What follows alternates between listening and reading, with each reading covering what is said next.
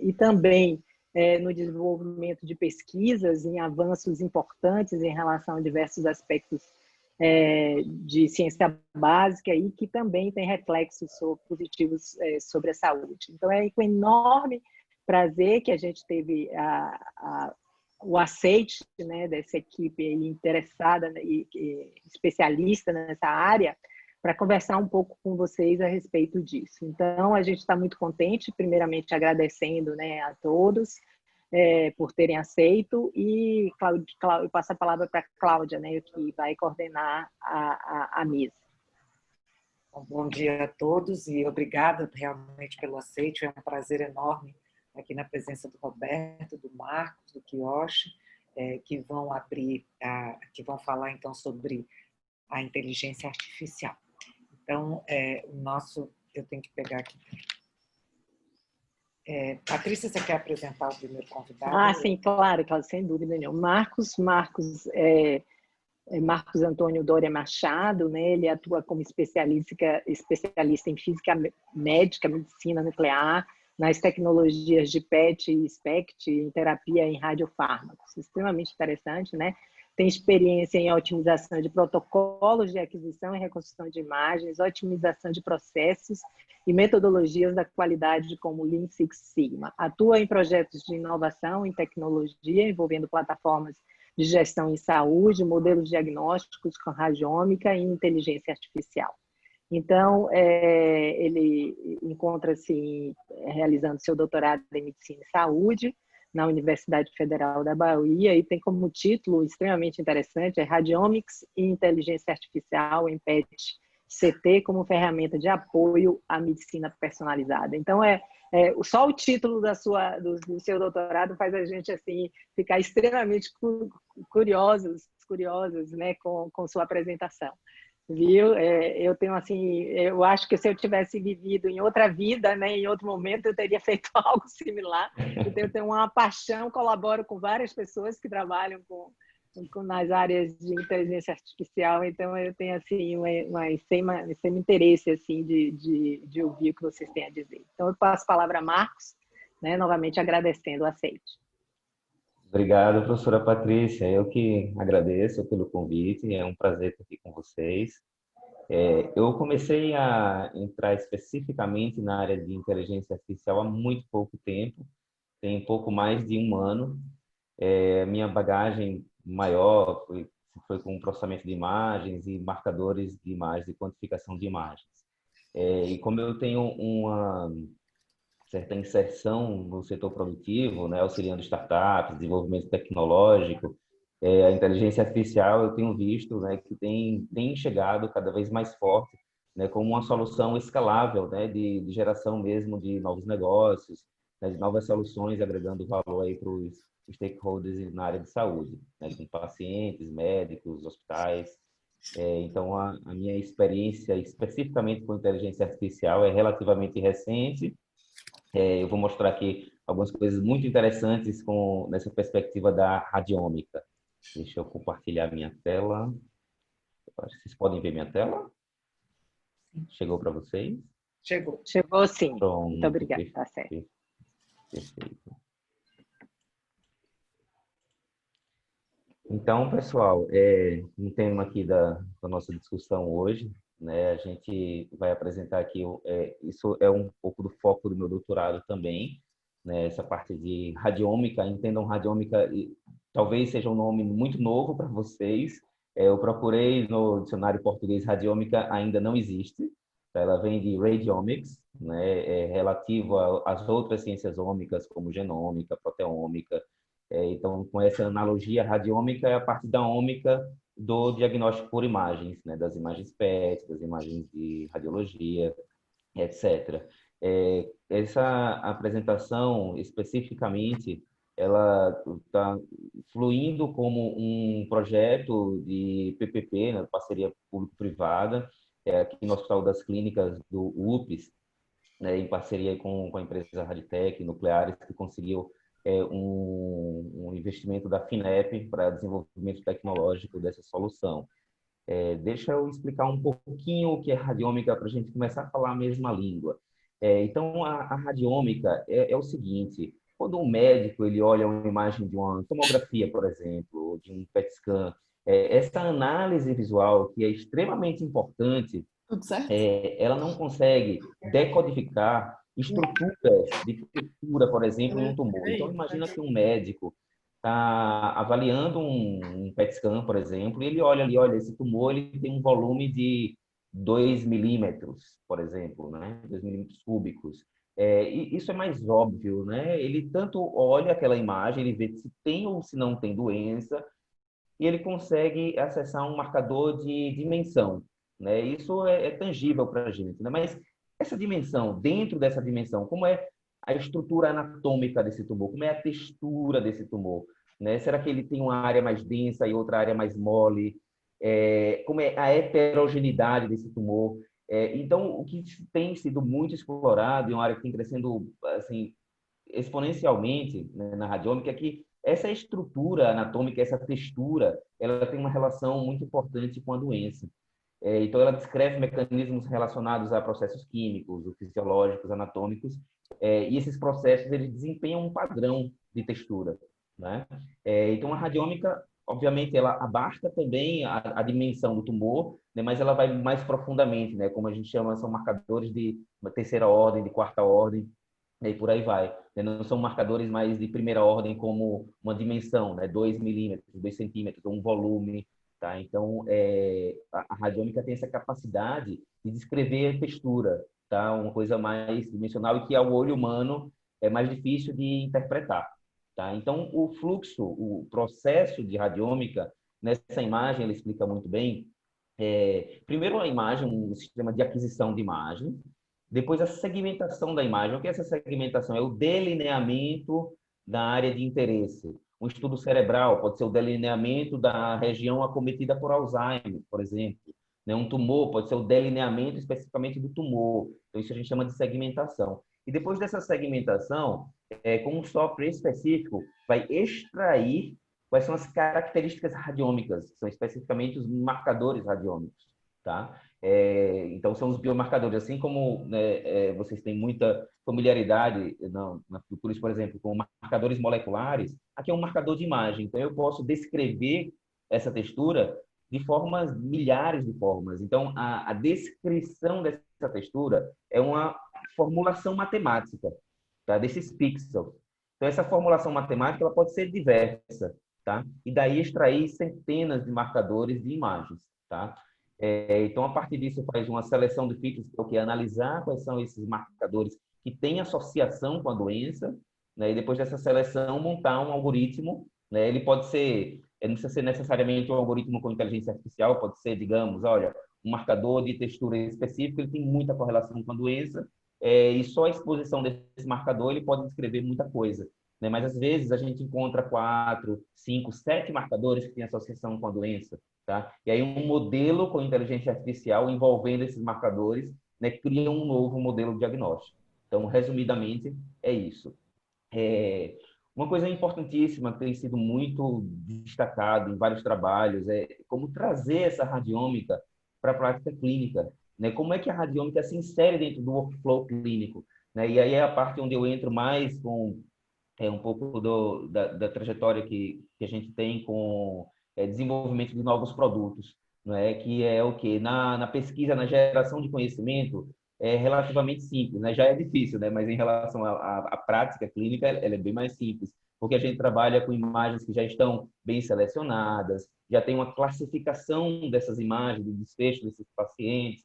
Então, na parte de pesquisa de geração de conhecimento, você tem uma dificuldade, mas quando você traz isso para a prática clínica, essa dificuldade é muito grande, né? Como é que isso está inserido dentro do workflow clínico? Esse tem sido um dos maiores desafios de trazer a radiômica para dentro dessa rotina, e aí algumas empresas, na maioria delas estrangeiras, têm atuado muito forte em como trazer isso para dentro dos sistemas de gestão hospitalar, dentro dos sistemas de decisão, dentro das plataformas de visualização de imagens, e por aí vai. Então, esse tem sido um grande desafio, né? Como a radiômica entra dentro do workflow clínico. A própria revista Nature, no final do ano passado, ela escreveu, né, como perfil, né, radiômico, ele é superior aos outros mecanismos convencionais de predição, de resposta de tratamento, né? Então, a Nature, que é uma revista, bom, todos conhecem, muito respeitada, já reforçou o papel da radiômica, isso em publicações recentes.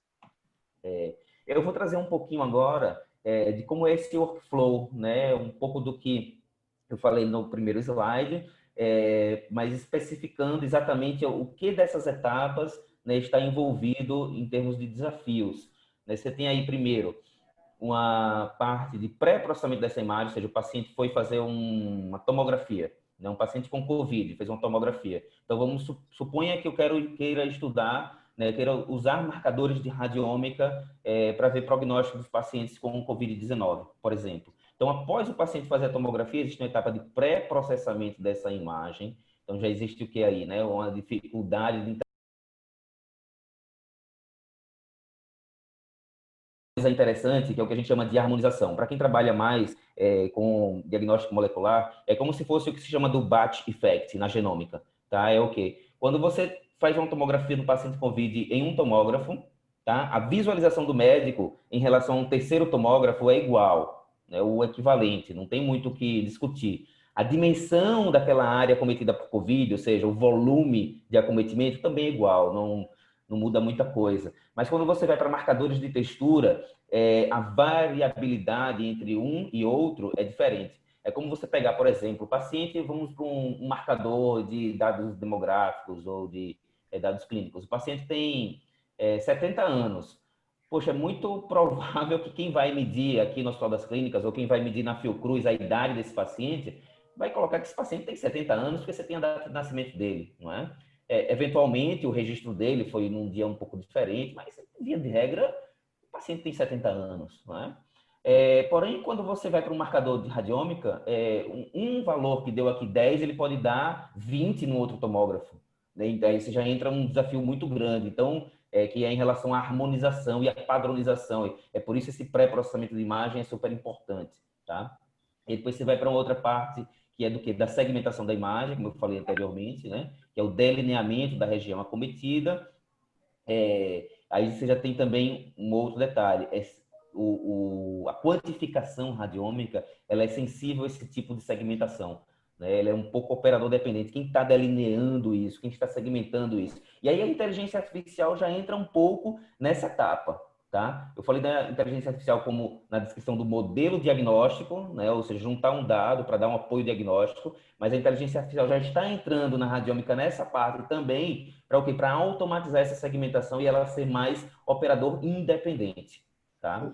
E aí, enfim, na parte de extração desses filtros, desses marcadores, você tem muitos parâmetros de extração, né? E você tem um trabalho exaustivo também de padronizar esses parâmetros, porque todo fluxo pode ser o mesmo, mas chegar num momento de um parâmetro, por exemplo, a quantização da imagem, você mudou, você já muda todo o modelo experimental, né? Então, não é algo muito simples. Deixa eu falar um pouco dessa questão da harmonização, como eu falei, da idade do paciente. Eu vou trazer aqui um marcador, que é um marcador unidimensional, a gente chama ele de marcador de primeira ordem, chamado SUV, usado em PET scan, né? Esse marcador é como você vê a dimensão do tumor, né? Você vê a dimensão do tumor, uma coisa, tal.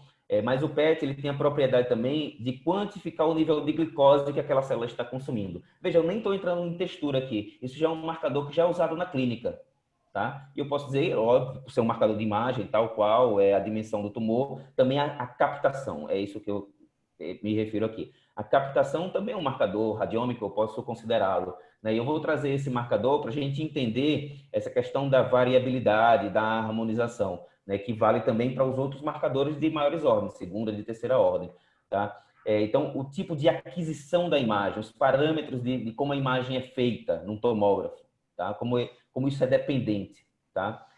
Veja que no caso do PET foi feito em um simulador de imagem, ou seja, não é um paciente real, é um modelo de paciente conhecido, tá? Onde tem características lá dentro desse simulador, você coloca no equipamento e faz a imagem. E aí, nesse estudo, foi feito o quê?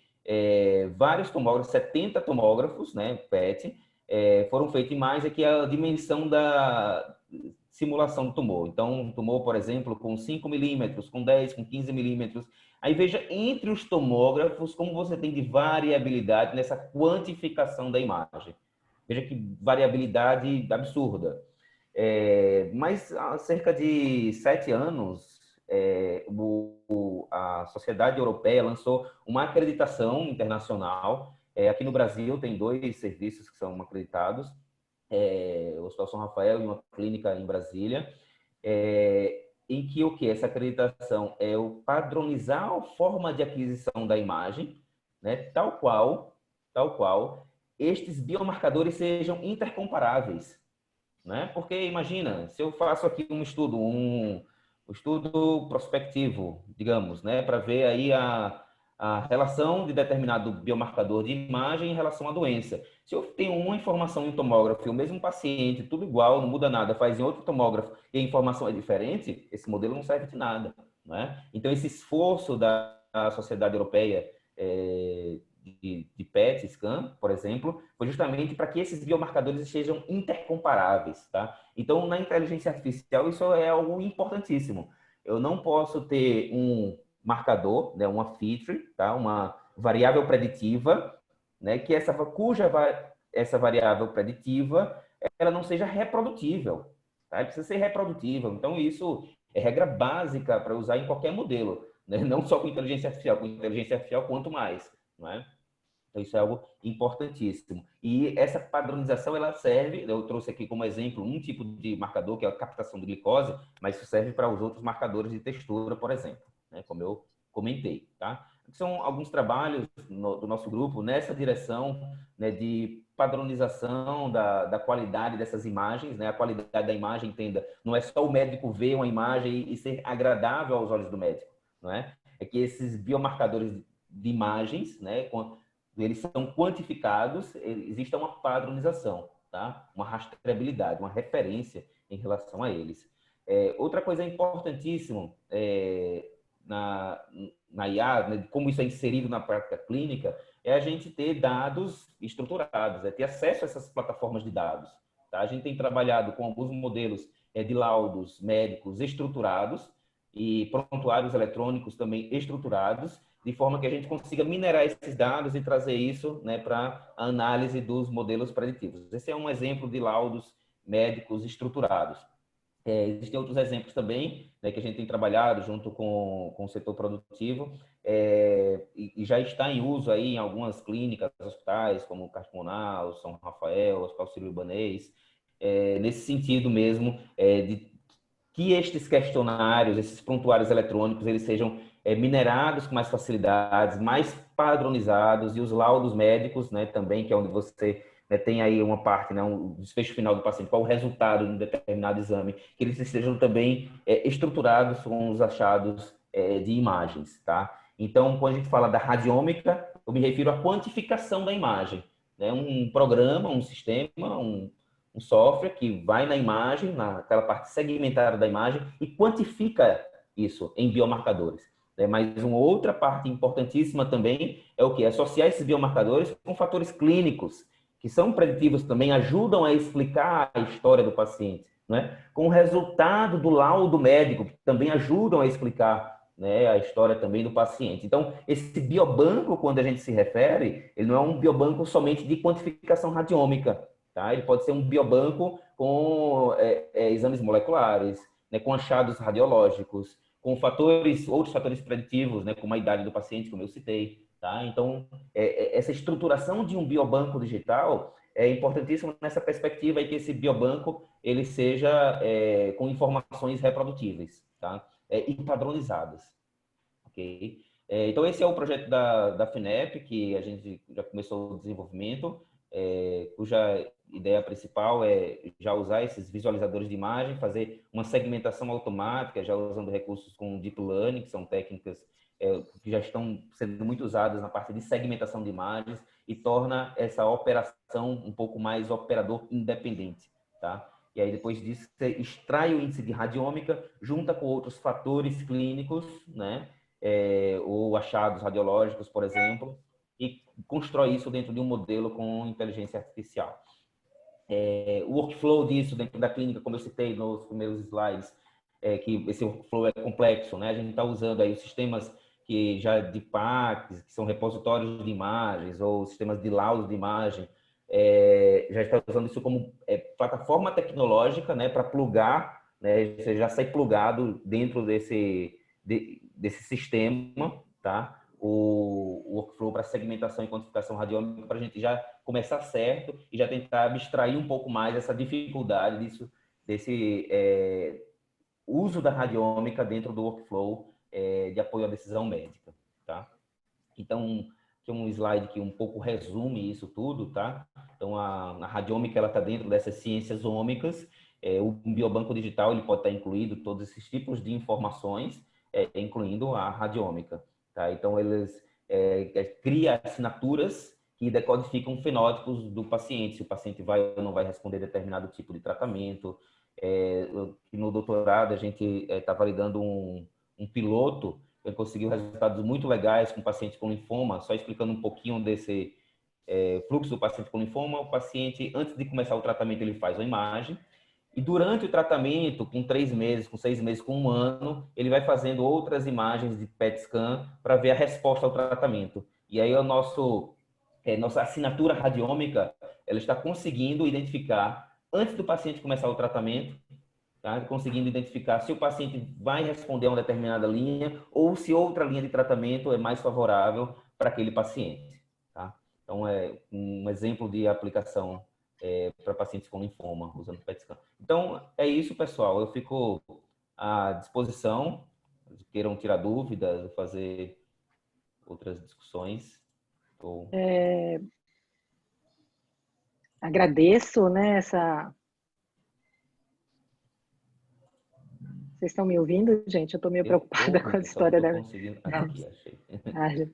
Gente, excelente apresentação de Marcos, né? Extremamente sucinta e profunda, né? Nos trouxe informações bastante importantes, né, a respeito desse tema. Eu acho que talvez valha a pena a apresentação de todos e depois a gente abre para discussão.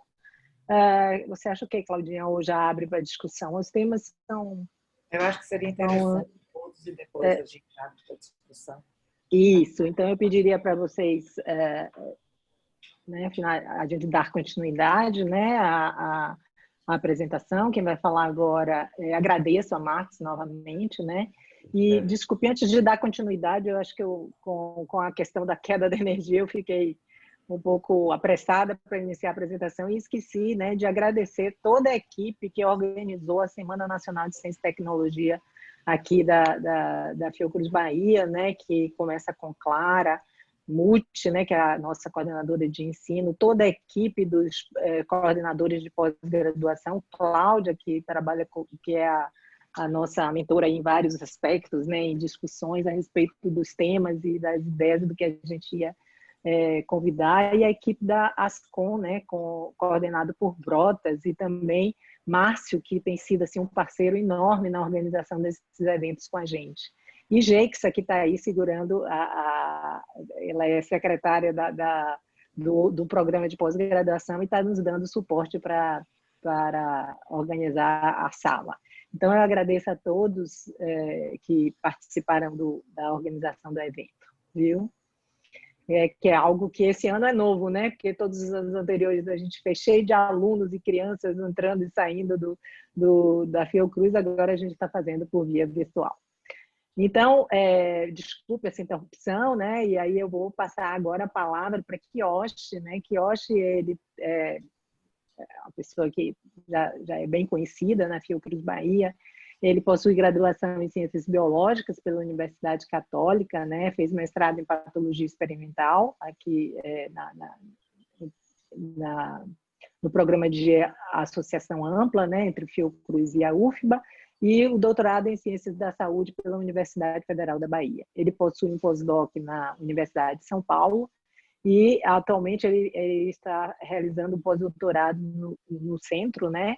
Em que ele trabalha com bioinformática e data science aplicada à saúde e desenvolve scripts e técnicas analíticas. Em 2019, ele se incorporou à iniciativa do MONSTER, né, que é o Multinational Organization Network Sponsoring Translation and Epidemiological Research, no laboratório, juntamente, se juntou à equipe de Bruno Bezerril.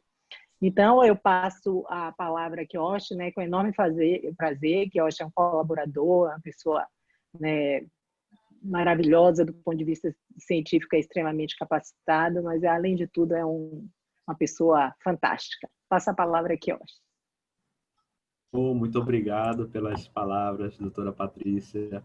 Também agradeço a todo mundo que tem participado desse evento, principalmente ao Brotas, ao pessoal também que me fizeram um convite, doutora Cláudia, ao pessoal do laboratório em si.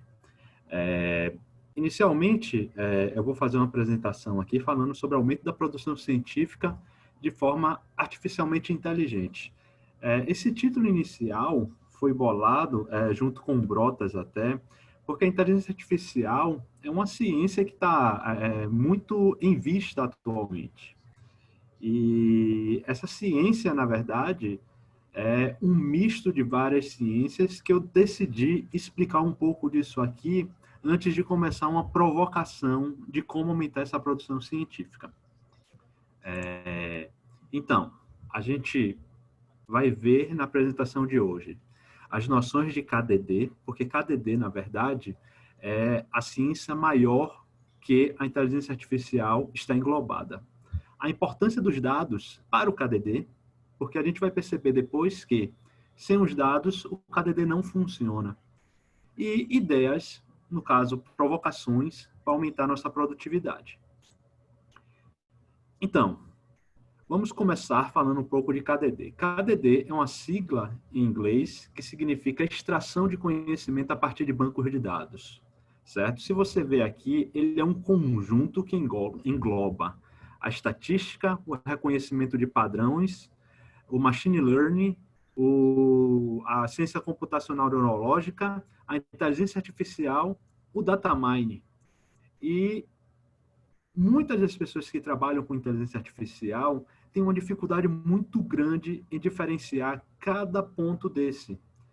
E eu achei, como a gente está trabalhando com uma temática, importante a gente diferenciar cada ponto desse antes de a gente começar as provocações.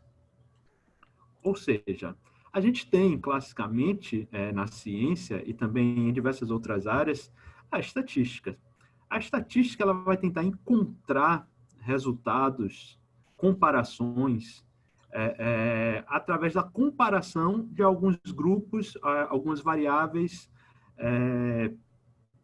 algumas informações que as populações obtêm, certo? Então, aqui você tem dois histogramas, você tem o sexo feminino, você tem o sexo masculino, e você pode utilizar de ferramentas estatísticas para comparar, para saber se essas médias são igualitárias ou não, se elas são diferentes. E você também tem um valor de P. Isso é muito utilizado atualmente. Terminou que se transformou num basal da ciência. E aqui também tem um gráfico de correlação, que no caso você tem aqui peso, e aqui é um exemplo que eu peguei no Google, que são galões, e você percebe que quanto maior o peso, menor são os galões nesse resultado aqui. E isso você consegue inferir resultados com a estatística, certo? E a estatística também é utilizada para predição. Você pode simplesmente jogar os dados estatísticos em um plano e ver duas populações diferentes e pensar em como a gente consegue construir uma linha reta que separaria todos esses pontos. Aqui você percebe uma predição de 100%, porque você colocando uma linha reta na altura aqui de 2,5 à sua esquerda, você consegue ver que você separaria os dois grupos. Porém, existem condições que a estatística não consegue solucionar. Nesse caso aqui, você não consegue separar os dois grupos com uma única linha reta. E isso é um dos limites que a estatística tem. Então, é necessário que a gente parta para novas metodologias. E a maioria dessas metodologias, ela tem fundamentos estatísticos, mas não se usa propriamente dito a estatística mais robusta. Um exemplo é a parte de análise computacional, que com análise computacional você pode transformar esse dado em um dado 3D, aí sim uma linha reta passa a distinguir os grupos. Ou seja, eu precisaria de muito mais parâmetros, que a estatística normalmente é um pouco limitada em quantidade de parâmetros, certo? O que ocorre? Uma outra ciência que a gente viu que estava naquele diagrama se chama reconhecimento de padrões. Reconhecimento de padrões em si não é um modelo estatístico, porque a gente não aplica nenhum teste, a gente não busca saber se aquilo faz parte do acaso ou não. Então, você simplesmente agrupa todos os marcadores que você tem de algum jeito que você separaria os dois grupos. Aqui no caso da figura, não sei se você consegue ver, isso aqui é um heat map, que é um mapa de calor, onde os valores mais altos apresentam cores amarelas, os valores mais baixos, cores azuis, e esses padrões dessas moléculas, eles separam os dois grupos. Se você perceber no lado esquerdo de cada heat map desse, você tem a figura em laranja, todos os laranjas agrupados e todos os verdes agrupados, significando que esse padrão de cor, onde existe algumas moléculas mais expressas e outras menos expressas, separariam todos os indivíduos. O reconhecimento de padrão é utilizado dessa maneira, certo? E não é uma técnica estatística, basicamente é uma técnica de grupamentos. Você tem também o data mining. O data mining já é uma técnica que é um pouquinho que está sendo mais utilizada atualmente na ciência. Porque data mining, normalmente você tem um banco de dados super rico, nas mais diversas informações. E dessas informações você faz pré-processamento, transformação e você começa a literalmente minerar esses dados. Minerar esses dados de vez em quando você tem algumas informações que são confundidoras e até mesmo que ocultariam algumas assinatura, alguma marca em si. Então, o data mining ele tenta limpar tudo aquilo que você tem de co-confundidor e você vai encontrar um padrão. É isso que o data mining tenta fazer. Só que aqui no diagrama, à nossa direita, você vê uma coisa muito importante no data mining, que ela termina em uma pessoa. Porque o data mining, ele encontra esse padrão, mas a interpretação precisa ainda de um especialista. Você precisa de uma pessoa que entenda bastante daquele assunto, principalmente daquele padrão, para que chegue em uma conclusão que seja, no nosso caso, que seja na área de saúde importante ou que consiga explicar alguma coisa. Então, o data mining, basicamente, ele vai minerar as informações ocultas, mas a gente ainda assim precisa de uma pessoa para fazer a interpretação desses dados. O aprendizado de máquina já é uma coisa que é muito utilizado. Eu, quando comecei a estudar aprendizado de máquina, eu tomei um grande susto, na verdade, porque na indústria, nas ciências sociais, ela é utilizada há muitos anos. Por exemplo, o melhor exemplo que existe de aprendizado de máquina é esse exemplo aqui que eu vou dar para vocês, e você vai perceber que não é um exemplo muito científico, mas é um exemplo comercial.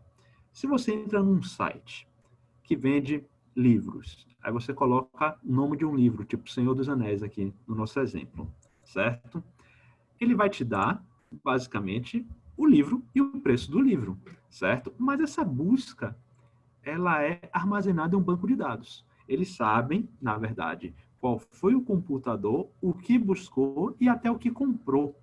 E como o site recebe diversas visitas o tempo inteiro, durante o dia, durante a semana, durante o ano, eles conseguem fazer ali embaixo uma parte de aprendizado de máquina.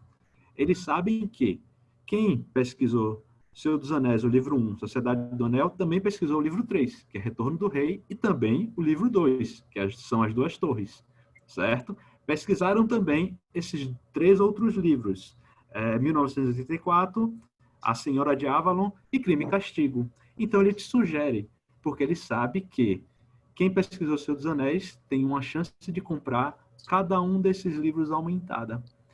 Então, o computador, ele utiliza do banco de dados previamente montado e sabe a chance que a pessoa tem de comprar esse livro ou não. E aí ele faz a sugestão. Então, a gente é induzido a comprar esse livro e não percebe. E isso tudo necessita de um computador que está por detrás disso, fazendo aprendizado do consumidor que procura o livro. Isso é muito interessante, e se você parar e perceber o quanto abrangente isso é, a gente vai para o meu e-mail. No meu e-mail, se você perceber, tem aqui do lado uma tarja, que tem aqui, ó, genérico Sandoz. O que é que ocorre? Esse aprendizado de máquina atualmente ele está vinculada à maioria dos serviços na internet. E quando ele tem uma sugestão no seu e-mail, se você parar e prestar atenção, é sempre correlacionado a alguma coisa ou uma busca que você fez recentemente. Porque todos esses anúncios, eles utilizam o aprendizado de máquina do seu navegador. Então, o seu navegador, ele sabe o que foi que você entrou, o que foi que você pesquisou, o que foi que você fez. E isso gera as informações para gerar os anúncios tentando te convencer a comprar aquilo que você pesquisou. Isso é um ponto bem importante, certo? E a gente vai para a computação neural. A computação neural, apesar de parecer muito confusa, ela é o seguinte, ela é uma computação de múltiplos parâmetros para também a tomada de decisão. Digamos assim, você tem duas bolinhas verdes aí, uma no alto e uma embaixo. Se eu pego uma imagem e dou para o computador, e nessa imagem tem um pedaço de pele, aí ele vai dizer o seguinte, a primeira bolinha vai dizer, aquilo ali é uma barriga, aquilo ali é uma face, aquilo ali é uma mão, aquilo ali é uma perna, aquilo ali é uma orelha, por exemplo. Então, essa é a primeira informação que a computação neural vai te dar. O segundo neurônio, porque na computação neural se chama neurônio porque o neurônio tem uma via, né? Eu não me lembro se é axônio-dendrito, mas eu vou procurar me inteirar um pouco mais, que é um assunto que eu não vejo há muito tempo. O segundo neurônio, ele pode dar informação, tem uma unha. Aí quando ele cruza a informação que tem um pedaço de pele, tem uma unha, ele vai tirar a conclusão de que é um dedo, certo? Eu não cheguei a informação se é dedo do pé ou da mão, mas o computador é capaz de juntar de múltiplas informações e montar esse quebra-cabeça. Aí sim é a computação neural. Você percebe que o data mining, ele precisa de uma pessoa para interpretar o resultado. A computação neural, não. Ele já te dá o resultado. E aí a gente vai para a temática da nossa apresentação, que é a inteligência artificial. A inteligência artificial já utiliza de vários parâmetros. Como é que ela funciona? Eu trouxe aqui um exemplo da nossa área com um exame. A gente sabe o valor da pessoa e a gente sabe o valor de referência. A gente pode simplesmente fazer esses exames, o computador pode pegar esses valores e esse computador pode dizer se o exame está alterado ou não. O que é preciso para que isso ocorra? É preciso que esse computador esteja muito bem treinado. E, como a gente não pede normalmente um só exame, a gente pode pedir vários exames ao mesmo tempo, esse computador futuramente ele vai conseguir dar até diagnósticos baseado nos exames. Se vai ser correto ou não vai ser, a princípio talvez não seja, porque esse computador vai precisar de muito treinamento, vai precisar inclusive de muitos outros parâmetros, que é a parte clínica do paciente, mas em algum momento essas informações vão conseguir ser cruzadas de forma quase que com 100% de certeza, e isso vai terminar possibilitando que essa ciência, além de aumentar muito, vai possibilitar que ocorra um aumento de velocidade nos diagnósticos e até mesmo na interpretação dos exames, uma vez de que o computador ele não vai ter o fator humano. Ele vai olhar, por exemplo, várias radiografias e ele vai ser treinado com um banco de dados de radiografias, e aí ele vai dizer com uma precisão muito grande, sem, por exemplo, o fator emocional de que aquela radiografia pode ser de um familiar meu e que eu quero realmente ajudar, eu quero ver alguma coisa, e termina que eu posso dar um laudo errôneo referente a essa radiografia porque eu estou com muita boa vontade, né?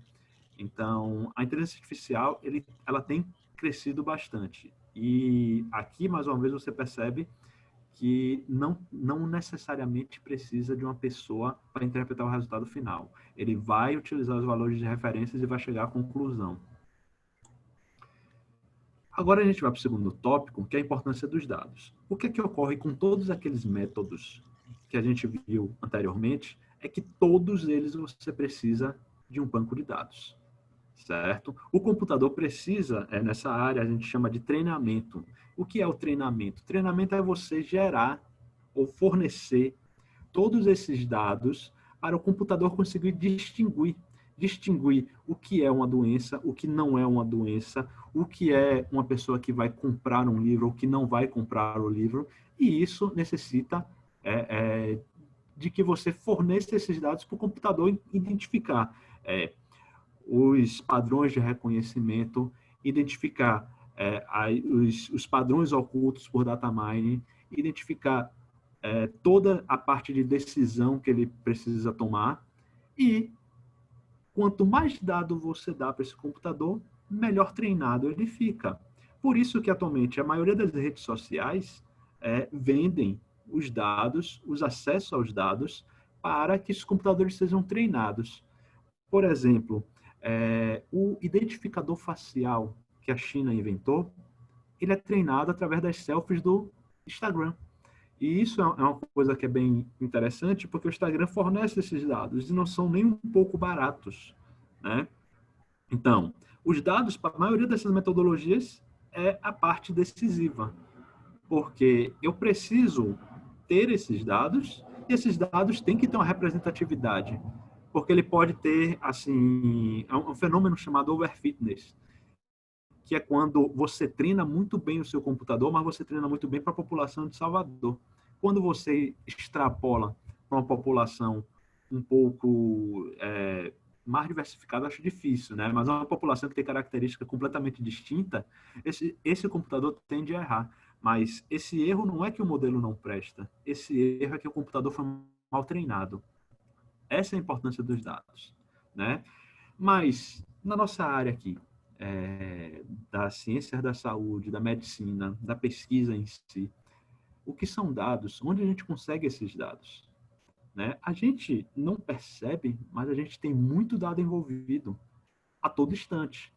A gente pensar no hospital, a gente tem os prontuários médicos. Se você para e pensa a quantidade de informação que tem em cada prontuário, enquanto os pacientes o hospital atende, quantos de exame são feitos por cada paciente, você tem muitos dados. E o que a gente faz com esse dado? Por isso que o nome da palestra é Aumentando a Produtividade Científica. Porque muitos desses dados só são estocados e pegam poeira, né?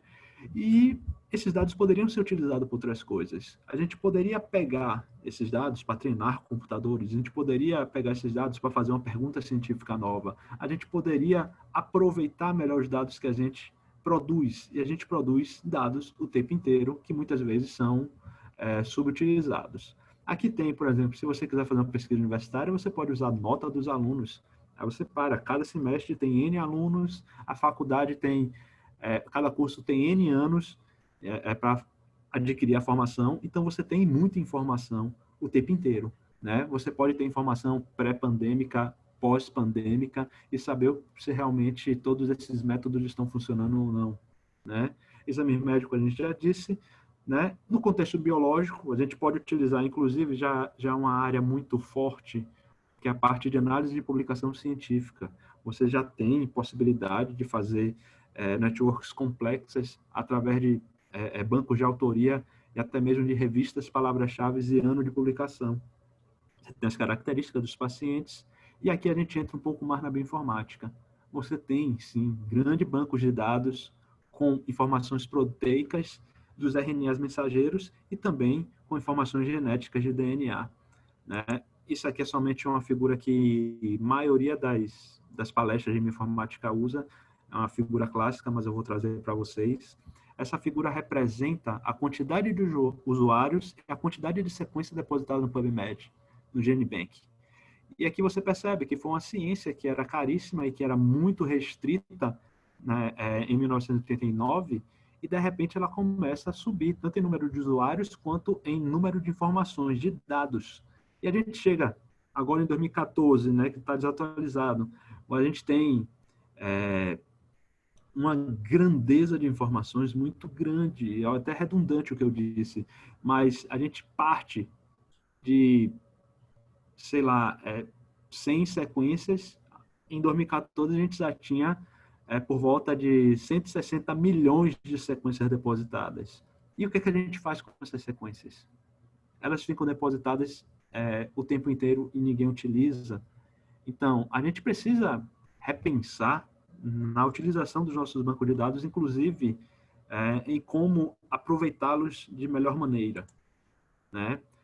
Mas nem tudo nessa parte de ciência de dados é simples, porque apesar da gente utilizar os dados, treinar o computador, a gente precisa fazer validações.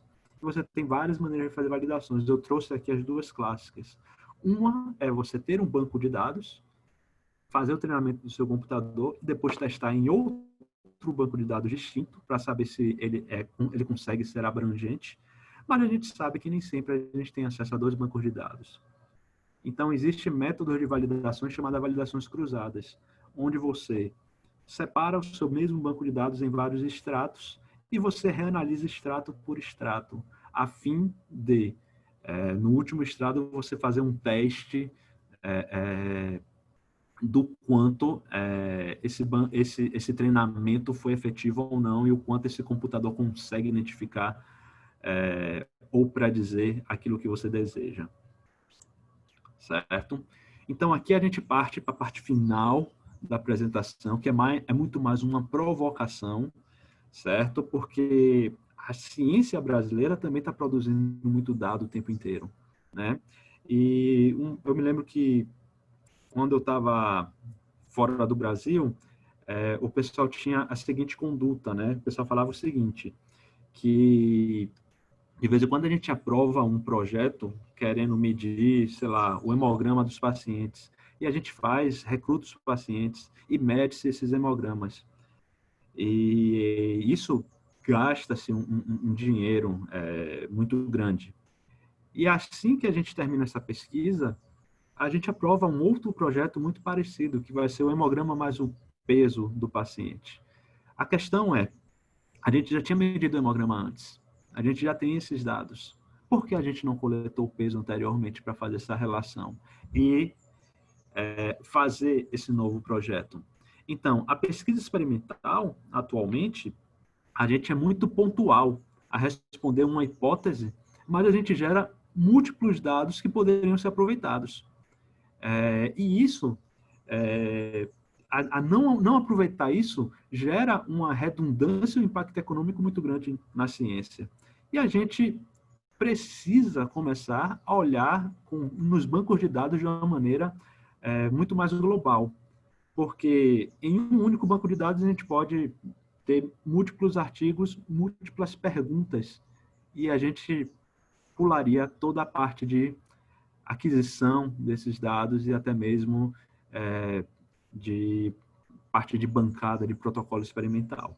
É algo que a gente precisa realmente pensar quanto pesquisador para fazer ciência um pouco mais rápida e até mais eficiente. E, basicamente, eu termino minha apresentação por aqui com essa provocação. Muito obrigado. Agradeço a Kioshi, uma provocação bastante interessante mesmo, sua apresentação foi excelente, agradeço. É bom que a gente aprende, né, dados, conceitos que, para quem é colaborador de pessoas que trabalham nessa área, a gente ouve, né, e você trouxe isso para nós, eu te agradeço bastante, Kioshi.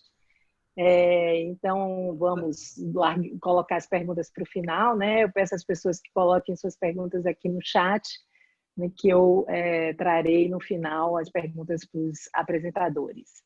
Então, nosso último palestrante é o Roberto Pérez Carreiro. Ele possui graduação em Ciências da Comunicação, com ênfase em Análise de Sistemas pela Universidade de Salvador, mestrado em Sistemas de Serviços da Sociedade de Informação pela Universidade de Valência, é profissional com mais de 20 anos de experiência em tecnologia da informação e é pioneiro no desenho de sistemas e uso de tecnologias da internet na Bahia. Ele investiga a aplicação de sistemas inteligentes na saúde desde 2011. Atualmente, ele é pesquisador vinculado ao Centro de Integração de Dados e Conhecimentos para a Saúde, o CIDACT, na Fiocruz, onde participa no desenvolvimento de soluções em saúde digital né, essas soluções voltadas para a população, o SUS, né, as populações assistidas pelo SUS. Então, eu passo a palavra a Roberto, né, com grande prazer que ele está aqui conversando sobre essa experiência dele, né, ele desenvolve sistemas, é bastante interessante o trabalho que ele faz. Então, passa a palavra a Roberto. Então, agradeço. Sua apresentação está compartilhada, Roberto?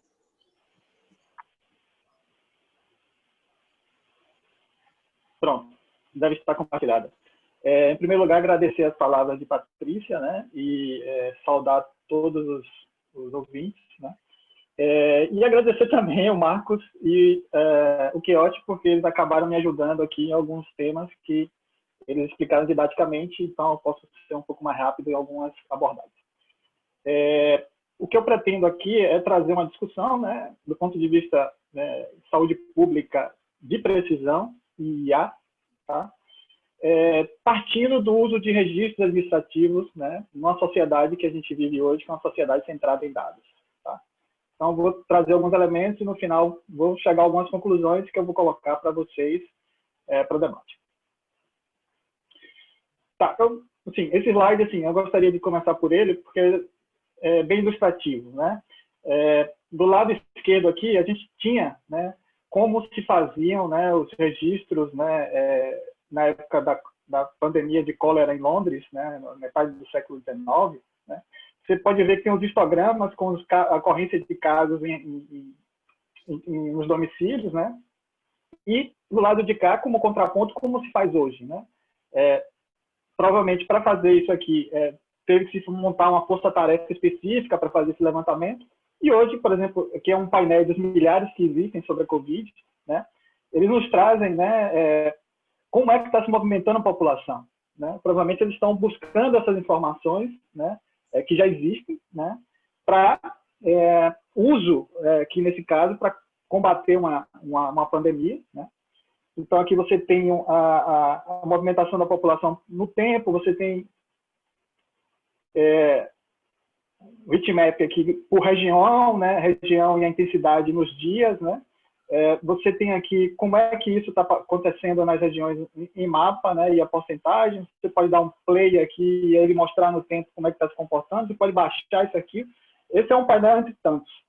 E também da forma que se divulgava, né, a prevenção. Né? Eram folhetos, né, etc. e tal. E hoje, né, se utiliza, né, outras tecnologias, né, mais contemporâneas, decorrentes desse processo de digitalização da sociedade, né?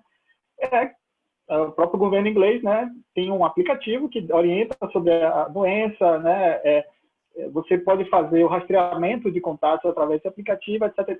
Só para a gente ter isso em mente, né? Isso é possível porque a sociedade se tornou digital, ela está coletando informações o tempo inteiro, né? E permite que abordagens, né, em saúde pública de precisão aqui, vamos dizer que aqui não é uma saúde pública de precisão, é uma saúde pública de precisão. Você tem aqui o local e o histograma de frequência de casos. Aqui também é uma saúde pública de precisão. Você tem mais precisão ainda, a depender do painel que você veja. Tá? Então, eu trago essa primeira slide para a gente ponderar essa questão. Então, é sempre interessante fazer um breve relato de onde vem a saúde pública de precisão. Ela vem, né, exatamente da medicina de precisão, que é um dos aspectos que foi abordado pelo Marcos, né? E ela surge, né, do avanço das ciências biomédicas, das ômicas, né, na década, nos anos 2000, né, você começa a ter a produção de dados, né, a partir dos sequenciadores, né. Então, você tem muito dado, então você consegue produzir muita informação, né. E a medicina de precisão, ela tem um foco no uso de medicamentos, indivíduos com biomarcadores, doenças específicas, né. Então, ela está centrada no indivíduo, né. Ela consegue incrementar a eficiência de tratamentos, né? Quando você tem várias múltiplas drogas e múltiplos alvos, né? Você pode prever, né? Ou escolher a melhor abordagem terapêutica, que é um pouco que o Marcos comentou para a gente, né? A partir, né, da radiômica, né? Que é uma evolução aqui, né? Assim, ele mesmo falou da proteômica, da bolômica, agora tem radiômica, né? Eu não conhecia, agradeço, né, a apresentação dele.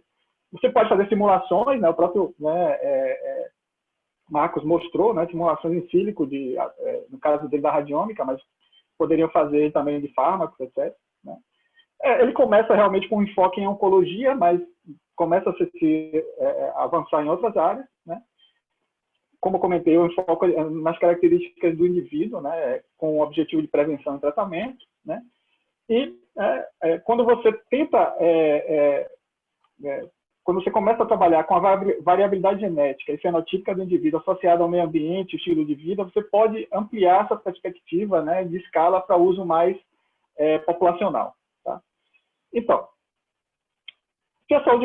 se a medicina de precisão fornece tratamento certo, paciente certo, no momento certo, né, a saúde pública de precisão, resumidamente e simplesmente, é a intervenção certa na população certa, no momento certo.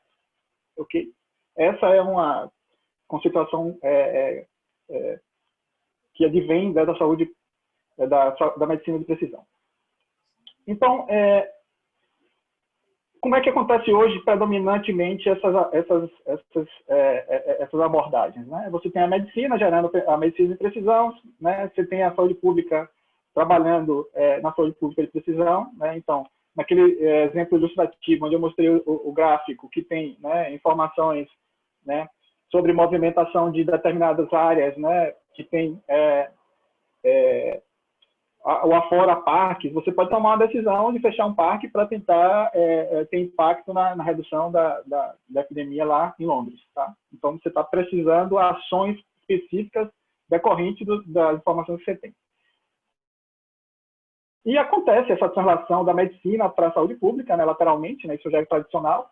Mas o que a gente precisa aqui também é entender, né, que a medicina de precisão precisa ser pautada pela saúde pública de precisão, e a saúde pública de precisão precisa pautar a medicina de precisão. Tá? E de forma também cruzada. Né? A medicina precisa atuar na medicina pública de precisão e a saúde pública na saúde pública de precisão.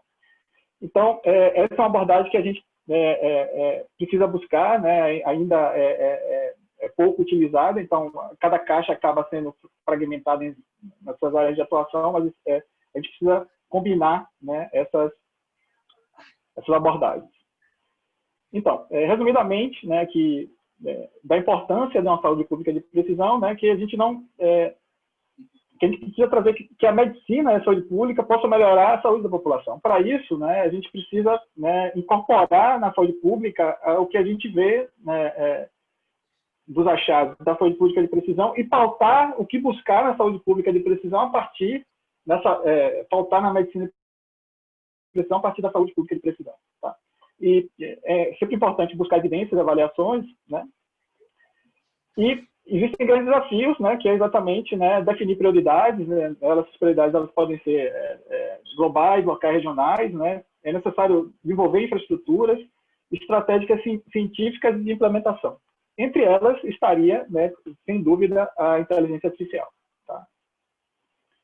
Então, uma definição mais completa, né, assim, não sei se é um campo tão novo, mas realmente ainda é novo. Né? Assim, 5 anos hoje em dia, para a sociedade digital, parece que é muito tempo, mas é novo, né, para a ciência é novo. Né, que está aplicando, o objetivo dela é aplicar, né, novas tecnologias às políticas e práticas de saúde pública. Né? Então, para isso, né, ela se usa, né, de várias áreas de conhecimento, disciplinas, genômica, dados espaciais, vinculação de dados, epidemiologia, informática em saúde, big data, análise preditiva, a parte de comunicação. Né? Então, essa é uma definição mais formal. Então, falando sobre inteligência artificial, falar um pouco como é que funciona. Bem resumidamente, né, a linha de tempo da inteligência artificial, ela é longa, ela não é de agora, né? Ela surge lá na década de 50, mas é um pouco esquecida durante um momento, né?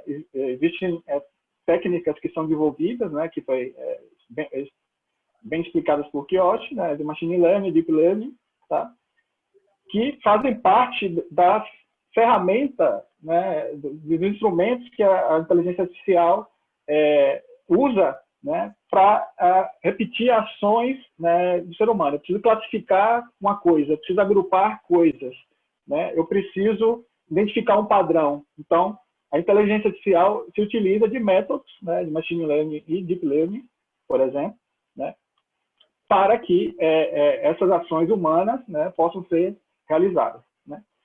Eu vou focar um pouco no campo computacional, né, porque existem, né, a inteligência artificial acaba, ela é uma ciência que é uma parte da ciência da computação, ela, né, é assim classificada, mas se expandir, passa questões da filosofia, né, da linguística e neurolinguística, né, assim, da ética. Então, ela começa a ser permear vários saberes, né? Mas em essência eu vou focar aqui mais na parte da ciência da computação. Então, basicamente, como também o Kioshi comentou, né, assim, é importante os dados, né? Então, essencialmente a gente tem dados e códigos, né, que são algoritmos que processam esses dados, tá? Na sociedade que a gente vive, essa produção de dados é tão intensa, né, que há 10 anos atrás começam a surgir, começa a se delinear esse conceito de Big Data, que hoje já é um pouco, digamos assim, ultrapassado, né, assim. Mas ele é muito importante e ele na verdade, quem resgata a inteligência artificial, coloca novamente a inteligência artificial em moda, digamos assim, né? Porque é uma forma de você conseguir lidar com esses dados, né? Entendendo também que esses dados eles não podem ser crus, né? Eles precisam ter modelos, né? Eles precisam ser estruturados, né? Então, a modelagem computacional tem um papel importante, não é simplesmente pegar esse dado cru e botar, né, para que a inteligência artificial processe ele, né, achando que vai encontrar um resultado, tá? E a parte de poder computacional, desde o armazenamento quanto ao poder computacional, hoje em dia não é o grande problema, tá? As nuvens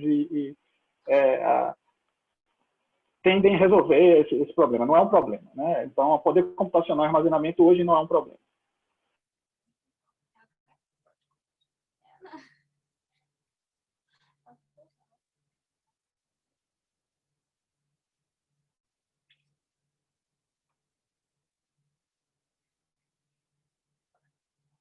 De entender, né, a forma que o ser humano se comunica e também se comunicar com ele, né? Então, vem um pouco da parte de linguística, né, que é trabalhada. Então, você tem a inteligência artificial com o machine learning, né, que é para predição, para classificação, né? Então, você tem o supervisionado, não supervisionado, por reforço, né, que são categorias de machine learning. Você tem o deep learning, né, que, assim, ele é excelente para identificar padrões, né? Então, ele é muito usado na questão de imagens, utiliza de redes neurais multiníveis, tá? O importante aqui, né, é entender, né, que nessa modelagem aqui, você tem duas vertentes, o que se chama da produção do conhecimento black box, ou seja, você tem uma entrada e chega uma saída e não consegue entender o fluxo que chegou a essa saída, né? Assim, é meio que realmente obscuro, né? E a outra que é uma caixa branca que você entende através de descrições ou abordagens matemáticas e estatísticas como ele chegou àquele resultado. Então, isso é interessante porque a aceitação dos resultados fica um pouco dependente. Tudo bem, eu vi que o que me diz essa abordagem de inteligência artificial coincide com a realidade, mas eu não sei como é que chegou aí, né? Então, é exatamente o que a gente chama de black box. E uma parte da inteligência artificial é a black box, né? Então, aqui é só algumas características, né, entendendo, né, que o objetivo é realmente simular o papel humano numa atividade, né? Pode ser um papel de encontrar um padrão numa imagem, pode ser o papel de mais automatizado, como um piloto automático de um avião, né, que simula, né, um piloto. Né? E existem duas grandes categorias, né, que se classifica como inteligência artificial fraca e a forte. Né? A inteligência artificial fraca é aquela que resolve um problema específico, né, que é a que existe hoje. Né? Então, você tem uma inteligência artificial que gerencia os dispositivos do seu domicílio. Então, ela é uma inteligência artificial para isso. Né? Você tem uma inteligência artificial que joga xadrez. Né? Você tem uma inteligência artificial que, através da parte de sensor, né, ele consegue fazer um carro autônomo. Tá? Então, você tem várias inteligências artificiais. Não existe uma inteligência artificial única. Vamos tirar isso da cabeça, pelo menos isso hoje é uma ficção. Tá? Aqui são alguns modelos de IA, pós-modelagem, estatística, ela se usa disso, né? Mas um dado importante são os big data, né? Ela precisa de dados para isso, né? Como já foi comentado. Né? E é em cima disso, né, que a gente entende, né, que a grande potencialidade e o resgate da inteligência artificial surgiu na década de 50, lá junto com os primeiros computadores, né? Não são computadores pessoais, mas são os computadores. É exatamente a existência desses big data. Né?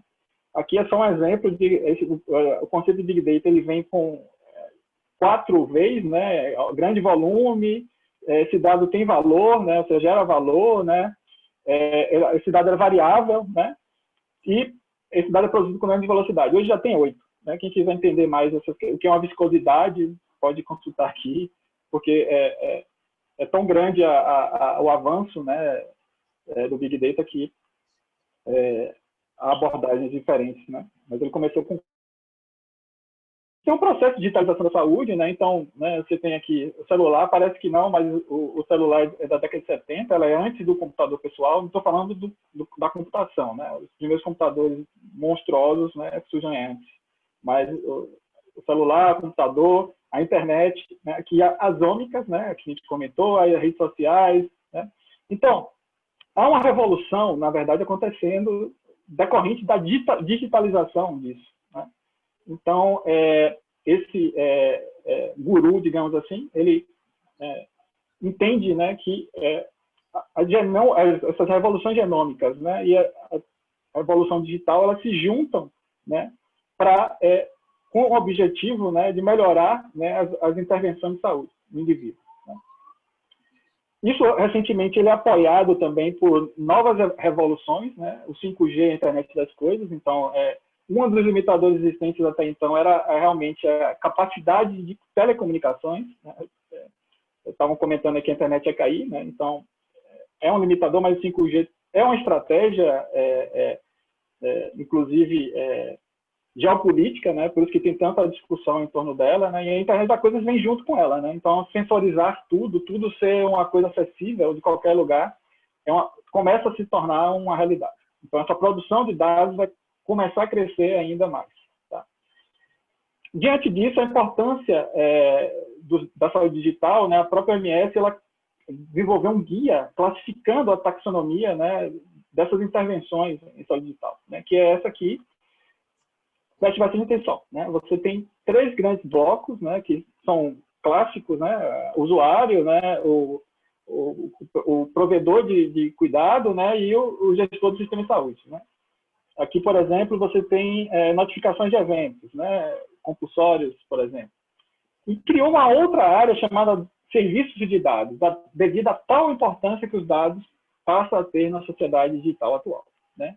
Então, cada caixinha dela tem quebra aqui também, mas eu não coloquei porque não caberia. Então, só para ver a relevância e a taxonomia que se cria. Né? Para tentar harmonizar as ações e as intervenções que estão acontecendo no mundo inteiro. Né? Outra coisa, a agenda digital dos governos. Né? Então, aqui é do governo federal brasileiro, você tem 1000 serviços digitalizados. A partir do momento que você digitaliza uma carteira de trabalho, que você digitaliza uma carteira de vacinação, você procura trazer um acesso, levar um acesso mais rápido para a população e melhorar esse serviço e tornar ele mais eficiente, né? Em decorrência disso, você vai produzir muito mais informação no âmbito dos governos, tá? Então, aí que entram o que são conhecidos como os dados administrativos, né? São registros, né, administrativos que são realizados durante o processo de rotina, tanto de governos quanto de instituições, né? Você tem aqui exemplos de grandes bases de dados nacionais, como o Sistema de Mortalidade, o SINAM, né? Mas não só isso, do ponto de vista da saúde ampliado, né, você tem dados também que podem ser utilizados, né, para serem aplicados, né, no conceito de saúde pública de precisão, como programas sociais, né, são intervenções que estudam, né, através de os determinantes, né, sociais da saúde e ambientais, né, é uma abordagem complementar somente à parte médica, né? E a ligação desses dados, né, a interconexão desses dados permite, né, a gente ter um processo mais descritivo do que acontece com a vida real, né? Então, se você e cada vez isso é mais intenso, né? Então, nós somos capazes de, através desses dados administrativos, fazer um rastreio e entender melhor o seu comportamento, né? E esses dados representarem atos, mimetizar os dados da vida real, né?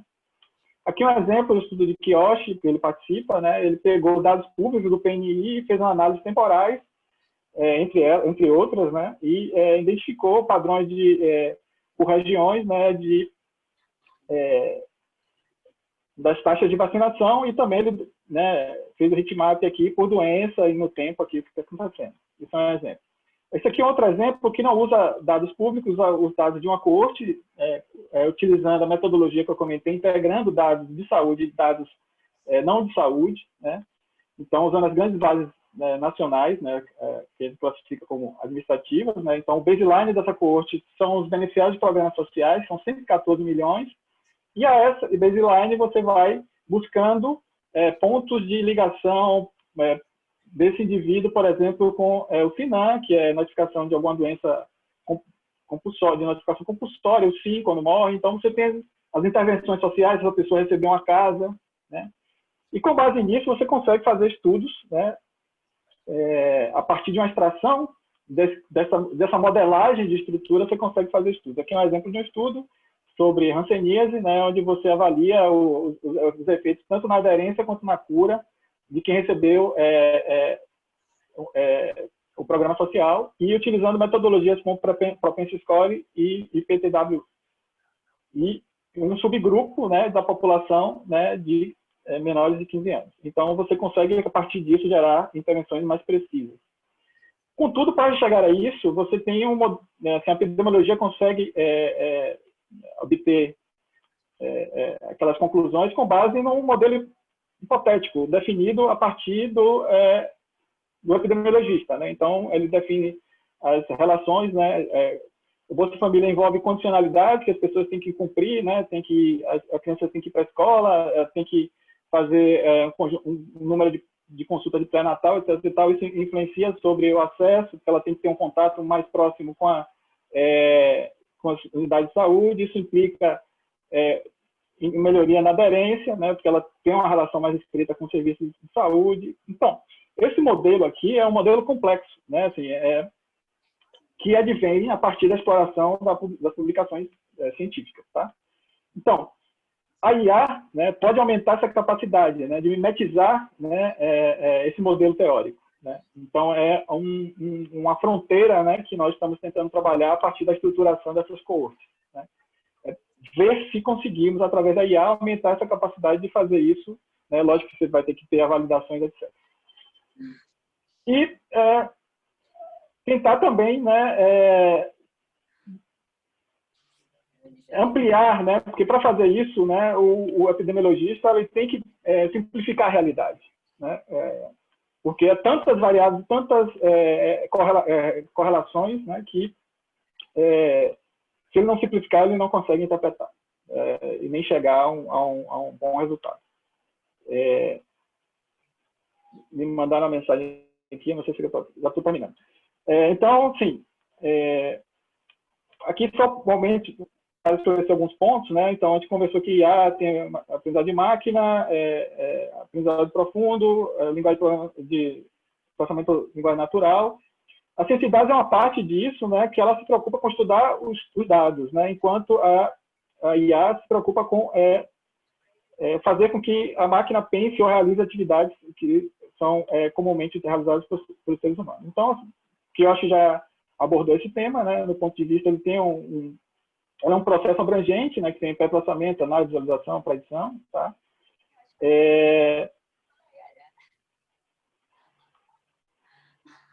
E, assim, somente em questões de computacionais, né? A ciência de dados ela tem um grau menor, né? De processamento científico. Ela, na verdade, ela manipula os dados, né? E a computação científica ela é menos intensa. Então, se você observar o ser humano como um indivíduo, né, isso a parte, digamos assim, subindividual, né, a partir de órgãos e células, etc., né, e do ponto de vista, né, da sociedade e seus determinantes, juntar esses dados é um desafio também, né, devido à sua complexidade e o volume desses dados. Então, assim, a saúde pública centrada em dados tem esses desafios, que esses dados são heterogêneos, são fragmentados, estão de posse de diversas pessoas, o acesso não é tão trivial, existe questão de privacidade e integridade, os dados precisam ser conceitualizados, o entendimento dele precisa ser o mesmo para que as máquinas possam processar, antologias é um caminho, né? E de estruturas específicas para isso, né? Aqui são algumas propostas do professor Maurício, né, para criar esse ecossistema de Big Data no Brasil, né? E, para finalizar, explicar um pouco como que o SIDAX entende, né, e constrói, né, essa integração desses dados. Tá? Então, a partir de cada, né, base daquela administrativa, nós, por exemplo, classificamos como mortalidade infantil. Qual é a base que tem informação sobre mortalidade infantil? Vamos no SIM, a gente pega o SIM, trata o SIM, trabalha o SIM, harmoniza o SIM, gera metadados por SIM, e o SIM está aqui disponível para ligar, né, nesse caso, com a coorte de 100 milhões de dólares. Assim como o SIM, né, desfechos em saúde, que poderiam ser hospitalizações, etc. E tal. Então, a partir desse conjunto de interligações, você tem uma visão longitudinal do indivíduo. E essa visão longitudinal do indivíduo, né, ela para responder diversas perguntas de diversos projetos, né, e são extraídos datasets desses conjuntos, né, de dados, né? E o que nós já realizamos nesse processamento aqui, principalmente de linkage, né, e de validação dos linkages, né, saber se é um falso positivo ou não, etc. Nós já avaliamos o uso de inteligência artificial e é promissor, tá? O que nós estamos buscando agora é exatamente mimetizar, né, a ação de um epidemiologista, né, é um desafio, né, para poder agilizar a produção de conhecimento. Lógico que mimetizar, no sentido, a gente vai tirar o epidemiologista, porque, como o Quioche comentou, no final, aqueles dados têm que ser validados e existe ainda uma interação humana. E entendemos também que os dados de pesquisa podem ser agregados a esse tipo de abordagem, né? Se você tem uma coorte específica de indivíduos que você acompanha com tuberculose, você pode conectar aqui e ampliar esse conhecimento. Então, finalmente, as conclusões, né? Para uma saúde pública de precisão apoiada por aí, tá? Os dados administrativos são uma alternativa viável, contudo é necessário trabalhar a parte de curadoria, que é toda essa parte de manter, preservar, agregar valor e dar acesso.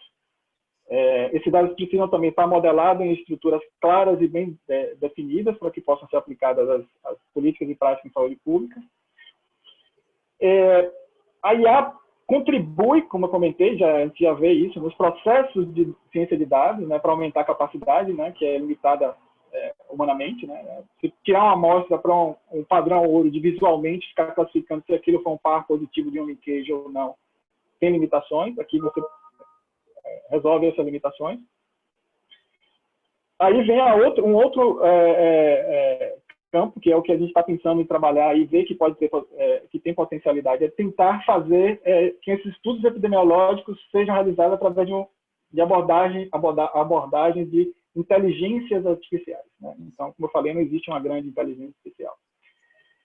Aqui tem uma questão mais de aceitação da IA, né? Como eu falei, existem algumas conclusões que são chegadas, que se chega que não, você não sabe como chegou, né? Então você precisa desenvolver e trabalhar isso no âmbito social. Provavelmente devem ter outros fóruns discutindo essas questões, né? Isso precisa de o que a gente chama de estrutura de big science, né? Não é assim, pequenas estruturas, né, que conseguem nesse momento trabalhar com essas abordagens de grandes bases de dados IA. Então, inclusive, as diretrizes, né, de criar grandes centros regionais, né, é uma estratégia boa. Agora, contudo, né, precisa aumentar o investimento e tal. E, por último, deixar claro, né, que a saúde é um processo político e social também, né? Assim, o que a IA chegue a produzir, né, estará sujeito, né, a esse processo político e social. E é somente isso que eu tinha para a gente conversar nesse primeiro momento aqui. Não sei se escolheu o tempo. Não, tá tudo, muito excelente sua apresentação, Roberto. Acho que você trouxe questões, inclusive, profundas, né, a respeito dessa questão crítica mesmo, da visão crítica mesmo desses trabalhos em larga escala. Eu acho que antes de abrir para as perguntas, eu acho que já está aberto para as perguntas, se alguém tiver alguma... Nós somos poucos na sala, né? Se alguém gostaria de fazer uma pergunta sem precisar usar o chat, eu estou aqui aberta, né, a trazer para o público o questionamento, mas se vocês preferirem falar, né, dos apresentadores, enquanto isso eu vou trazer exatamente nesse ponto mais da questão de análise crítica, né? Eu acho que cada um de vocês trouxe uma visão complementar e diferente sobre o mesmo tema. E há alguns anos, né, eu tinha ido para um congresso, não me lembro onde, eu fui para um congresso que Paul Kay, que é um pesquisador da área de leishmaniose, extremamente competente, ele tinha ido para a Universidade de York, né, onde ele se transferiu da Glasgow para York, e começou a trabalhar com dados para desenvolvimento de estudos para identificar tratamentos e testar tratamentos utilizando machine learning ou utilizando inteligência artificial para leishmaniose, né? Era algo bem inovador, porque isso já tem mais de 5 anos, viu? Isso daí já tem algum tempo, e aí ele fez uma apresentação assim, ele e o grupo, né? Era um grupo complexo, porque tinha um grupo da equipe de informática, os pesquisadores, né? E a ideia é exatamente reduzir o número de animais para se chegar ao tratamento, já que para você desenvolver um tratamento de qualquer tipo de doença, nessa leishmaniose, você precisa de um conjunto de experimentos que são realizados tanto in vitro como in vivo, que utiliza uma quantidade enorme de animais, né? Você precisa dos pré-clínicos, né? E isso envolve animal em pequeno porte, animal de maior porte, né? Para poder ser autorizado o uso em humanos.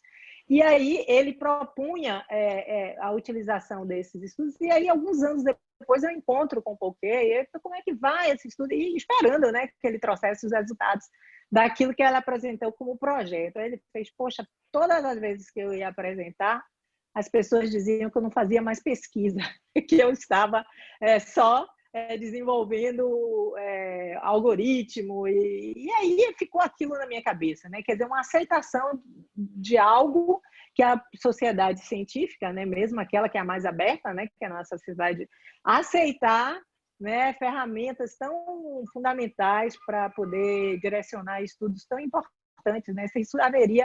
Existe um gasto grande, né? Um gasto grande tecnológico para você ter uma ferramenta dessa bem estabelecida. E aí você precisa de curadoria, como você falou, Roberto, eu acho que é importante salientar isso. E aí eu queria ver a opinião de vocês, a experiência de vocês em relação a isso. Uma coisa é a gente analisar em larga escala um dado que a gente obteve com Big Data. Outra coisa é você propor um projeto assim quer dizer, tão assim inovador, que é propor novos tratamentos, né? E essa coisa do dado que você obtém a partir disso, né? Como vocês analisam? Por que ele não certamente ele publicou na área, mas eu fiquei impressionada com a posição dele. E aí eu só vejo agora Pauquet falando em dados mesmo, não vejo mais ele falando nesse projeto. Mas eu acredito que o projeto continue em andamento, né? Não tem. Aí eu queria ver de vocês um comentário a respeito disso, né? Porque eu imagino que existe a resistência, né? Existe a necessidade realmente, ao lado da resistência que existe da sociedade, a sociedade científica, existe também a necessidade de que esses dados sejam tratados adequadamente para produzir resultados que sejam resultados realmente e que tenham um impacto positivo na área que ele está sendo desenvolvido.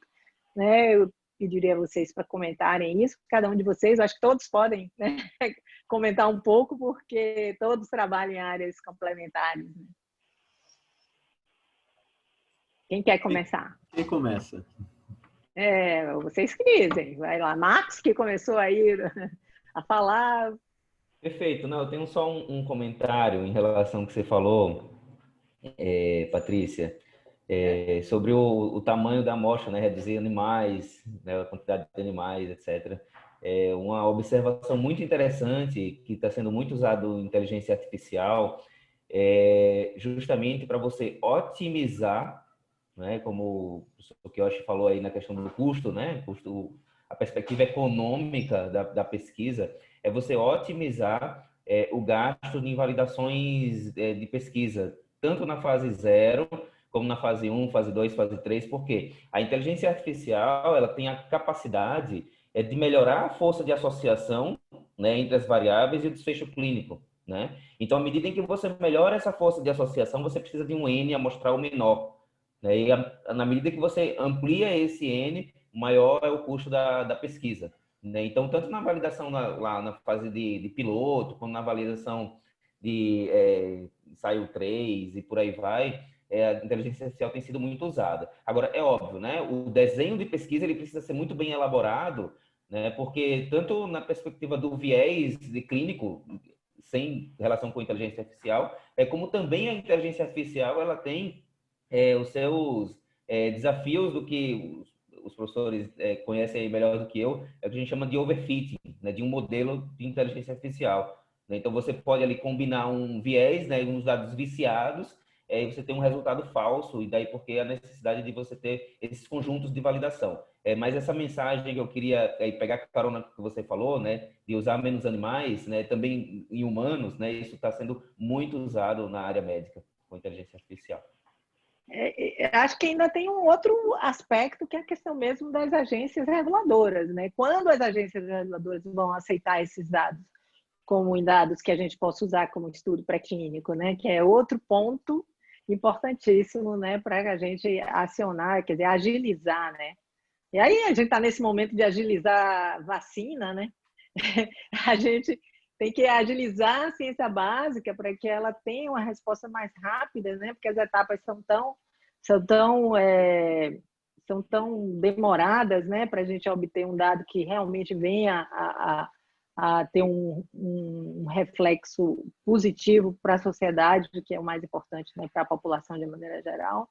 A gente precisa avançar nisso, né? Avançar, né, em todas as etapas, inclusive na governamental, né? Como o próprio Roberto trouxe, né? Mas, bom, vamos lá. Sou eu que vou falar, não, são vocês. Kiyoshi. Certo. Então, Patrícia, sua colocação foi muito pertinente. Porque publicar um tipo de trabalho desse é uma coisa muito difícil, né? Porque sempre cobra para a gente várias validações, né? Então, a gente precisa, sim, fazer toda a parte de validação externa, interna, de todo o dado que a gente usa, principalmente em modelo de inteligência artificial. Só que uma coisa que você disse que é muito importante é que, mesmo a gente tendo uma grande massa de dados, a gente não consegue simular tudo. Por isso que algumas ciências, tipo descoberta de vacina, descoberta de fármacos, você precisa sim fazer um teste em massa, utilizando pessoas, um método bem clássico mesmo, porque a gente não consegue prever todas as variáveis que tem em uma pessoa. A gente não consegue prever o efeito populacional que isso vai ter. Não é somente 0 ou 1, não é somente a parte genética, a parte da alimentação, a parte até mesmo do psique da pessoa pode fazer uma influência muito grande em uma descoberta de um fármaco com uma vacina. Então, isso que você disse sim, é uma barreira muito grande. A gente ainda não sabe, a gente precisa ainda fazer muitas pesquisas para saber quando a gente vai conseguir fazer essa extrapolação. Mas uma coisa que é muito pertinente também é que esse ramo de ciência te dá o local aonde pescar, que é onde o pessoal da USP falava. Você tem um lago enorme e você tem diversos pontos para fazer essa pescaria, digamos assim. Você pode pôr seu barco em cada lugar diferente e você pode não pescar nada nunca. Mas se você souber que aquele spot ali é muito melhor através de toda análise de dados, através de toda conhecimento prévio, você pode voltar para casa com o seu peixe muito mais fácil. Então, a gente precisa saber como dosar isso e como conseguir extrapolar isso, porque eu acho que uma ciência vai complementar a outra de uma forma muito, muito boa. A gente vai ganhar muito tempo, né? E economizar bastante dinheiro. Eu acho que a gente tem que ir por aí. Obrigada, Kiyoshi. Roberto?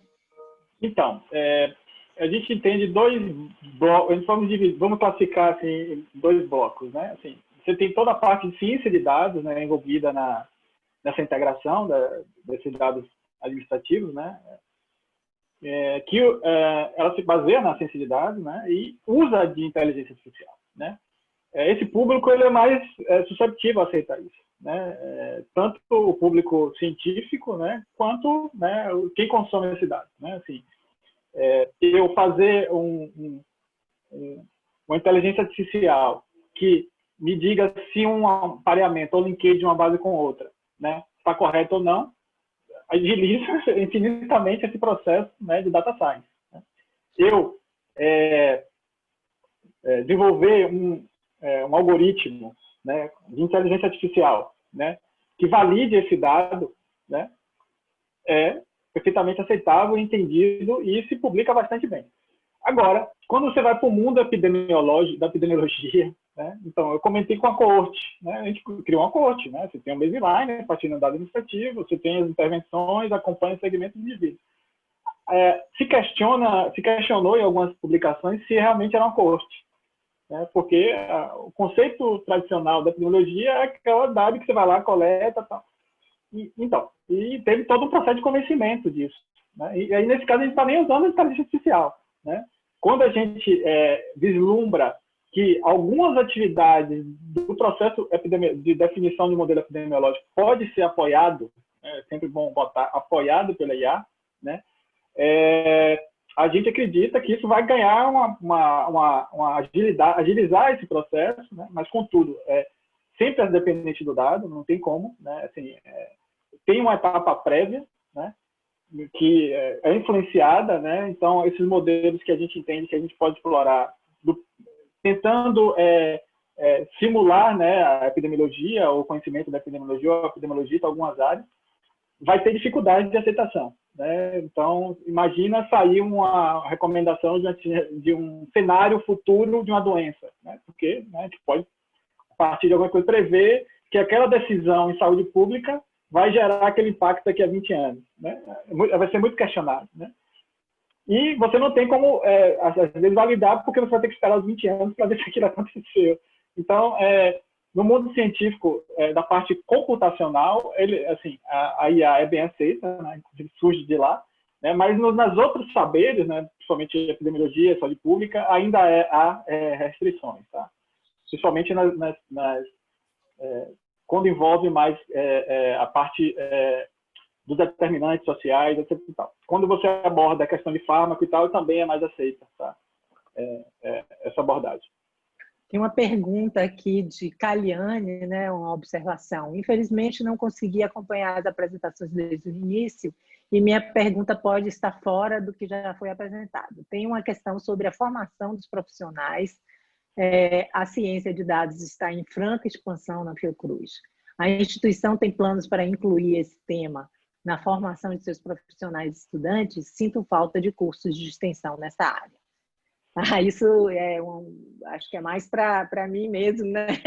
Ô, Caliane, eu acho que você realmente trouxe um ponto bastante importante. Eu acho que a gente pode realmente tentar investir nessa área, porque isso certamente é uma demanda para todos nós, né? Eu acho que nós temos os profissionais muito bem formados. A gente viu aqui por essa mesa que temos dentro da Fiocruz já pessoas, né, que têm não só Quioche, nem Roberto, mas tem Arthur, tem Ricardo Couto. Quer dizer, a gente tem um grupo de pesquisadores realmente bem formados, e o próprio Bruno, né, que é o líder aí da equipe. Então, eu acho que a gente tem, sim, acho que a gente pode falar isso com Marilda, e eu acho que é uma excelente ideia, né, se isso pudesse concretizar. E agora, com a era da educação virtual, eu acho que a gente pode até facilitar, né, vendo pessoas, inclusive de outros estados, contribuindo nesse tipo de... Aí fica a bola para vocês. Vocês têm ideia de fazer formação complementar né, nessa área para a população da Fiocruz? Até fora da Fiocruz, né? Vocês já vêm fazendo, né? Eu vou comentar assim, rápido, né, assim, do que a gente vivencia, né? Principalmente na área de saúde pública, né, epidemiologia. Você tem grandes epidemiologistas, grandes profissionais de saúde pública, mas que precisam de um apoio de alguém com capacidade mais técnica, né? Eu não sei o quanto, né, são de outras gerações, foram formados com outras, né, habilidades, né, na sua época. Eu não sei quanto essa população estaria disponível para receber esse update, né? Porque assim, é importante que eles comecem pelo menos a entender, né, o que está se passando, né? Porque provavelmente, né, a ciência do futuro, inclusive a IA, né, vai estar presente. Se ele não entender esse processo e como e as tecnologias e as ferramentas, um mínimo entendimento, lógico, né, vai ser difícil, né? Então, você vai sempre estar interagindo com alguém que está interagindo com o dado. Você não vai ter, assim... E que, às vezes, vai ser difícil você extrapolar ou a chegar a conhecimentos mais profundos e mais robustos por essa limitação, né? Então, eu acho que é importante a formação tanto dos, digamos assim, mais sêniores, que têm um saber, né? Então, tem uma troca também, né? Quanto também, né, que provavelmente as novas gerações que estão saindo da universidade já têm isso como uma prática, né? Mas quem já se formou há 10 anos, se não se atualizou e tal, não tem esses conhecimentos, tá? Então, apesar do conhecimento na área de saúde pública, de epidemiologia, vai ter dificuldades, né? É o que eu vivencio na prática, no dia a dia, né? O outro ponto, você quer falar, Quioche? Vou falar um pouquinho também. Na verdade, por verdade, eu acho o seguinte, o processo de ensino e aprendizado está sofrendo uma mudança muito grande atualmente, não só devido à pandemia, mas as ciências estão mudando em si. E você percebe que 10 anos atrás não se falava de dados, não se falava de banco de dados, não se falava de análises um pouco mais robustas, né? E hoje em dia está tudo se transformando, principalmente na ciência. A Fiocruz é um centro de pesquisa e que, por ter uma carga laboratorial muito grande, ela é um centro que está, sim, em top de linha. Você vê profissionais, sim, que trabalham com dados, inclusive profissionais competentes. E uma coisa que eu fico muito, muito feliz até de estar na Fiocruz, trabalhando como pós-doc, é isso, é que você chega em outro universo ainda muito mais distante do que na realidade, né? Sobre o que o Roberto disse, eu acho, calma, Roberto, é um passo de cada vez, vamos ganhar, centímetro por centímetros, né? Até chegar um pouco mais adiante, a gente precisa ainda ter várias iniciativas. Eu acho que esse workshop tem iniciativa de inteligência artificial já foi um grande avanço, porque os presentes, sim, a gente consegue fazer com que olhe de outro jeito para essa parte de dados. Se a gente conseguir despertar, pelo menos, esse sentimento, já é um grande avanço. Né? O pessoal já vai parar e ver, a gente pode coletar essas informações em vez de ter que fazer um novo experimento, e eu acho que é assim que a gente vai começar a andar. Mas, Caliane, eu acho que as duas pós-graduações que a Fiocruz Bahia tem, tanto a de patologia quanto a de biotech, eu acho que eles já pensam, sim, nessa parte de dados, através das conversas que eu tenho com os professores que fazem parte do quadro.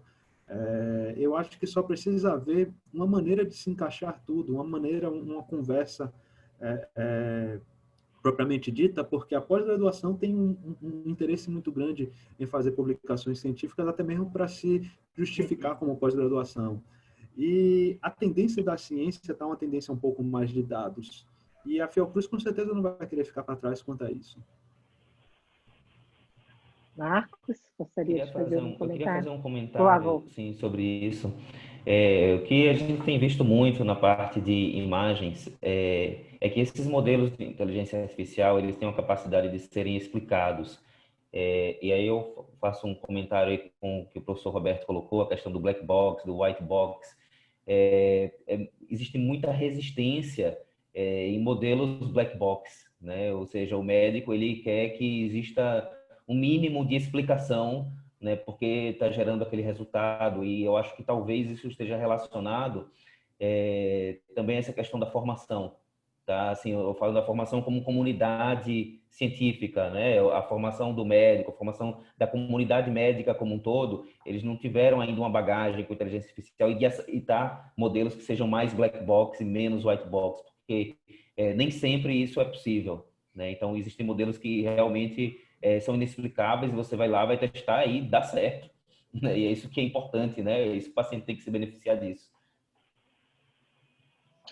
Obrigada, Marcos. Eu teria só a última pergunta, né, também para o grupo.